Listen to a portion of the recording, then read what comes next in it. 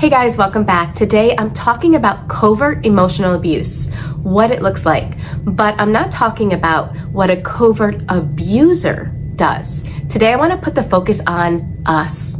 What does an abused person that is being covertly abused, covert being hidden, not obvious abuse, what signs would they exhibit? This is so valuable and important because one thing I've learned in the past few years of working with people that have been through narcissistic abuse is that sometimes we can get stuck on, are they or are they not a narcissist? And we can get so focused or stuck on figuring out if they are or are not a narcissist that we're not focusing on things that are more important. For example, whether they're a narcissist or not, if you are exhibiting some of the things I'm going to mention, then whether they have that title or not, you are still being emotionally and covertly abused. And if you don't see that, you can wind up staying stuck in relationships that are ultimately destroying you from the inside out. So that being said, let's dive in. One sign that somebody is being emotionally abused, something you can look for in yourself, is if you are striving to please and feel as if nothing you do is ever enough. So you find yourself changing your personality, toning yourself down, shape-shifting, doing things in an effort to please the other person so that they will love and accept you. Now, the reason this happens is because narcissists love to kind of put their claws into your childhood wounds. If you were made to feel like you weren't enough in childhood, then that behavior of shape-shifting, of trying harder and harder to please, is familiar. Because a child, if they're feeling rejected from their parents, they need that parent for survival. So they are going to shape-shift and they are going to do whatever it takes to please that parent. And that's an excellent strategy in childhood.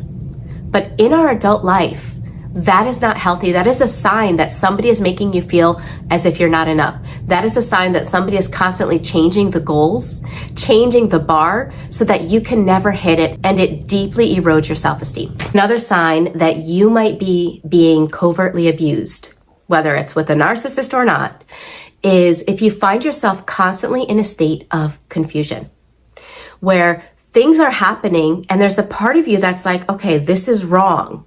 But then there's this other part that's like, no, maybe I'm seeing it wrong. Maybe I'm being too sensitive. And you're unable to hold on to your truth and your reality. This is a sign of gaslighting. You might find yourself saying things, let's say you're talking to somebody. You might say things like, is it wrong that I feel upset? Is it wrong that I don't like this or that? If you're asking questions like that, it's because somebody's making you feel as if your feelings are wrong. Somebody is confusing you with gaslighting. Another sign that you are a victim of covert abuse is if after every disagreement, you find yourself always being the one that apologizes.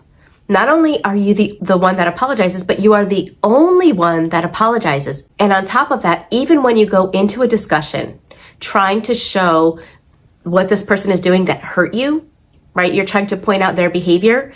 Even though in the beginning you know that their behavior is wrong, you still find yourself apologizing at the end and feeling, again, that state of confusion. If you find yourself leaving disagreements as if something weird is going on, as if you don't understand how did you wind up apologizing if in the beginning you just wanted to let them know that their name calling is inappropriate, and yet in the end you're apologizing? That happens when people are manipulating, using gaslighting, using word salad, things like that. You will leave a conversation either feeling confused, being the only one that apologizes, or feeling as if nothing is ever resolved. Like you go into the conversation to resolve something, but in the end, everything ends, but there's no real feeling of resolution. Another sign you're being covertly abused is if you find yourself walking on eggshells. Now, way before I even knew what that phrase was, I started noticing there was somebody in my life that I feel is high on the scale of NPD. And what I realized, and this is the weird thing, it's almost like I didn't realize it consciously, but my body and my nervous system started to realize it way before I understood what was going on. But the hour before I was with this person, I would find myself in a state of anxiety, of worrying, of rumination, of wondering, of trying to make sure everything was going to be okay so as to avoid a fight. It was almost like I was walking through life as if I was walking through a minefield, right?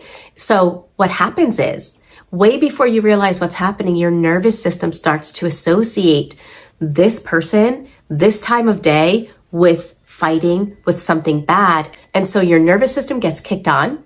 And that's where that famous walking on eggshells comes from. Basically, what we're saying is that your nervous system is on and looking for danger. The scary thing is that done over a long period of time, eventually you can get stuck in that state of high anxiety. And another sign that you might be experiencing covert abuse is the fact that your support circle gets smaller and smaller and smaller, if you even have one at the end. So for example, if before the relationship you had close friends, you'll find that you're no longer close with them anymore. And again, it's covertly done. Sometimes a covert abuser will just convince you that they are jealous of the relationship or they're not healthy to be around, when the truth is they're projecting.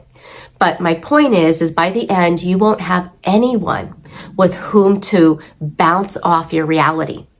Anyone but the one that's confusing your reality, which only confuses it more. So if you find yourself experiencing these 5 signs, you really have to put labels aside and recognize that this is not a healthy relationship and that it is beginning to affect you and that you need to start learning how to get you back.